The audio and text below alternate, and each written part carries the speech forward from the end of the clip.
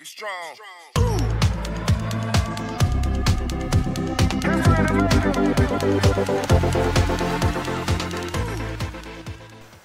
Assalamualaikum warahmatullahi wabarakatuh.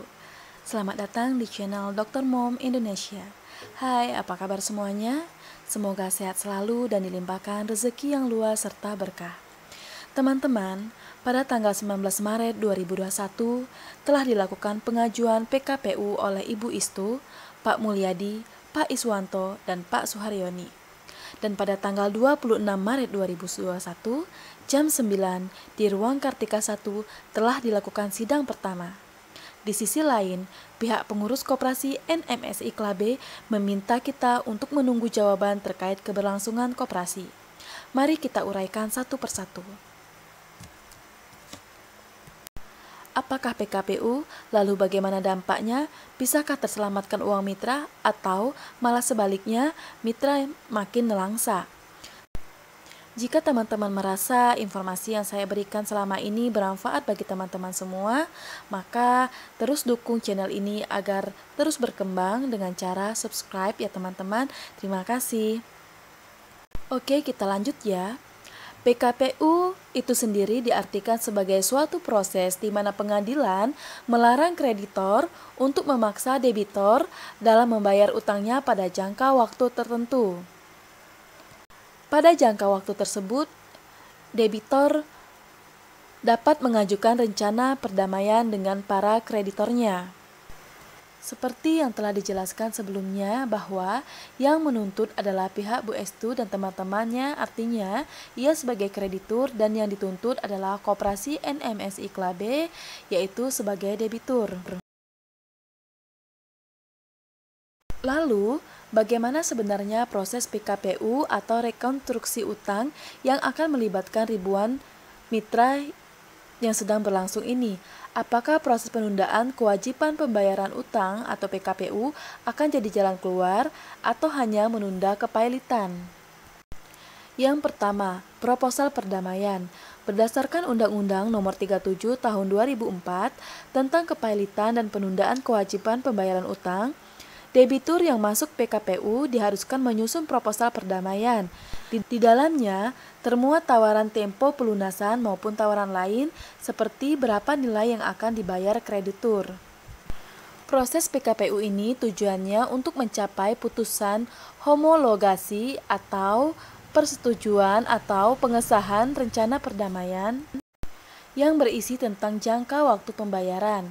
Sehingga jika tercapai perdamaian, debitur dan kreditur akan terikat perjanjian baru pembayaran utang piutang. Selama proses PKPU ini, mitra akan diminta menyerahkan bukti-bukti kepemilikan piutang atau tagihan agar dapat dimasukkan dalam daftar kreditur yang kelak berhak menerima pembayaran dari debitur. Oke, saya skip dulu ya teman-teman penjelasannya. Terus, kalau ini saja sudah diajukan ke pengadilan dan telah ada persidangan, lalu bagaimana dengan nasib mayoritas mitra yang belum mengumpulkan bukti apa-apa? Apakah pengaduan PKPU ini hanya segelintir pihak saja, tidak mewakili para mitra secara global? Sedangkan mitra diminta untuk menunggu sampai bulan April oleh pengurus koperasi NMSI. Saya jadi teringat waktu diminta pihak koperasi untuk memilih ikut kubu yang mana. Apakah kubu Bu Estu yang sekarang mendirikan koperasi Bumina atau kubu NMSI Klabe yang sekarang dipimpin oleh Bapak Rahmat. Lalu sebenarnya siapa yang bertanggung jawab atas kasus ini? Kenapa seperti tarik kanan dan tarik kiri? Satu pertanyaan lagi. Sudah beberapa minggu telah berlalu, bagaimana progres yang telah dijalani oleh para pengurus dan penyelamat koperasi? Apakah ada perkembangannya? Dan kenapa begitu tertutup? Pergerakan apakah yang sudah dilakukan? Dan bagaimana tanggapan terkait undangan yang telah diberikan oleh pihak penuntut PKPU ini kepada pihak koperasi? Oke, baiklah kita lanjut mengenai PKPU lagi ya. Setelah mengumpulkan bukti-bukti kepemilikan piutang, jadwal pengajuan tagihan nasabah atau kreditur akan ditentukan pengurus PKPU yang dalam kasus ini berupa tim yang terdiri atas Bu Estu, Pak Mulyadi, Pak Iswanto, dan Pak Suharyoni. Pengurus juga akan mengeluarkan jadwal rapat kreditur yang biasanya diadakan di Pengadilan Niaga Jakarta Pusat. Rapat-rapat tersebut diantaranya terdiri dari rapat verifikasi tagihan, pembahasan proposal perdamaian, dan pemungutan suara atau voting atas proposal. Rapat juga menjadi medium koordinasi antara kreditur untuk bernegosiasi dengan debitur, seperti menyangkut jadwal dan besar pembayaran utang. Jika tidak tercapai kesepakatan hingga waktu yang ditentukan, maka debitur akan dinyatakan pilot oleh majelis hakim. Wah, mendengar penjelasan tersebut, bagai makan buah si malakama ya. Yang pertama, jika Bu Estu menuntut debitur atau pihak koperasi untuk membayar hutang piutang, maka koperasi otomatis tidak akan jalan dan menunggu bulan April hanyalah kesia-siaan. Yang mendapatkan keuntungan hanyalah mereka yang mengajukan PKPU. Apakah teman-teman semua salah satu mitra yang turut andil dalam pengajuan PKPU? Apakah teman-teman juga telah mengirimkan bukti-buktinya? Kemudian jika koperasi dipilotkan, maka mitra pun akan lebih nelangsa karena tidak mendapatkan apa-apa. Lalu bagaimana jika dipilotkan? Apa yang terjadi? Sementara itu dalam proses pilotan, debitur berada di tangan kurator yang akan melelang aset guna memenuhi kewajiban kepada kreditur. Dalam skenario para pihak mencapai kesepakatan, maka debitur atau pihak koperasi wajib menaati jadwal pembayaran utang yang dicapai dalam PKPU. Apabila debitur tidak memenuhi putusan kesepakatan, maka kreditur dapat mengajukan tuntutan pembatalan perjanjian.